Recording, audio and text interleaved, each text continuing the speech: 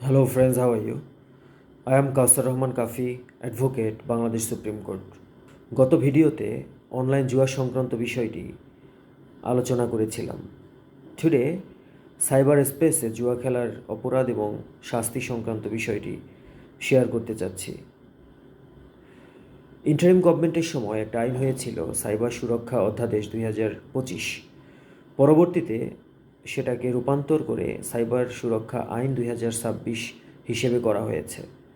উক্ত আইনের section 20-তে specifically উল্লেখ করা হয়েছে সাইবার স্পেসে জুয়া খেলার অপরাধ এবং শাস্তি। সেখানে বলা হয়েছে যদি কোনো ব্যক্তি সাইবার স্পেসে জুয়া খেলার জন্য কোনো ধরনের অ্যাপস, কোনো ধরনের ডিভাইস অথবা কোনো পোর্টাল তৈরি করেন, পরিচালনা করেন অথবা অনলাইন জুয়ায় অংশগ্রহণ করেন, সহযোগিতা করেন, উৎসাহিত করেন, বিজ্ঞাপন প্রচারে অংশগ্রহণ করেন অথবা প্রচার করেন, এইসব কাজগুলো যদি করে থাকেন তাহলে অনলাইনে অথবা সাইবার স্পেসে জুয়া খেলার অপরাধ হিসেবে বিবেচিত হবে এবং যে ব্যক্তি অপরাধ সংগঠন করবেন তার অনধিক 2 বছর পর্যন্ত কারাদণ্ড অথবা অনধিক 1 কোটি টাকা পর্যন্ত অর্থদণ্ড অথবা উভয় দণ্ড হতে পারে।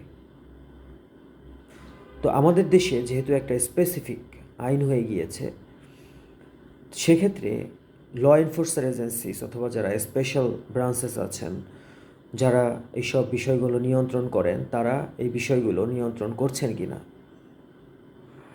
অথবা বিটিআরসি অথরিটি অথবা যারা বিটিআরসির একটা কোনো ধরনের ডিউটি আছে কি না এই অ্যাপসগুলো বন্ধ করার জন্য।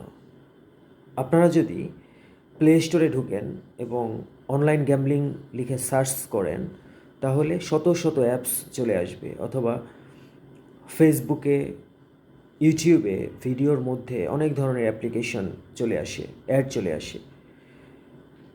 তো এই অ্যাপসগুলো বিটিআরসি নিয়ন্ত্রণ করছেন কি না অথবা তারা কোনো ধরনের রেস্ট্রিকশন ইম্পোজ করছেন কি না যে আমাদের দেশের টেরিটরির মধ্যে এই অ্যাপসগুলো কেউ ডাউনলোড করতে পারবেন না এবং কেউ ইউজ করতে পারবেন না।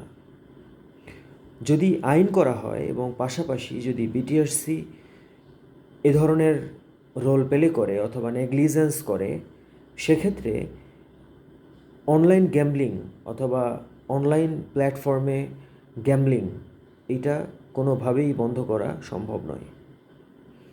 গভর্নমেন্ট যদি অনলাইন ব্যাংকিং সিস্টেম লাইক বিকাশ, নগদ এবং অন্যান্য যে ব্যাংকিং সিস্টেম আছে সেগুলোর উপর স্যাংশন ইম্পোজ করে যে কোনো অনলাইন প্ল্যাটফর্মে অথবা কোনো অনলাইন জুয়ার প্ল্যাটফর্মে কোনো ধরনের টাকা ট্রানজ্যাকশন করা যাবে না, তো এ ধরনের কার্যক্রমগুলো করছেন কি না।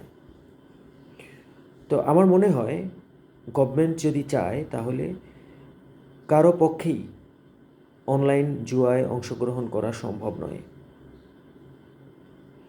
তবে যেসব প্রতিষ্ঠানগুলো বিদেশি প্রতিষ্ঠান, তাদের সার্ভার বিদেশে, সেগুলো হয়তো নিয়ন্ত্রণ করা একটু সময় সাপেক্ষ ব্যাপার, বাট যেসব অ্যাপ্লিকেশনগুলো অ্যাভেলেবেল আছে অথবা যেগুলোর অ্যাক্সেস খুব অ্যাভেলেবেল, প্লে স্টোরে পাওয়া যায় এবং অন্যান্য প্ল্যাটফর্মগুলো থেকে ডাউনলোড করা যায়, সেই অ্যাপ্লিকেশনগুলো যদি থাকে অথবা সেই অ্যাপ্লিকেশনগুলো যদি ইজিলি বন্ধ না করে, তাহলে ইয়াং জেনারেশনকে এই জুয়ার হাত থেকে বাঁচানো কোনো ক্রমেই সম্ভব না বলে আমার মনে হচ্ছে। So bye bye, take care of you.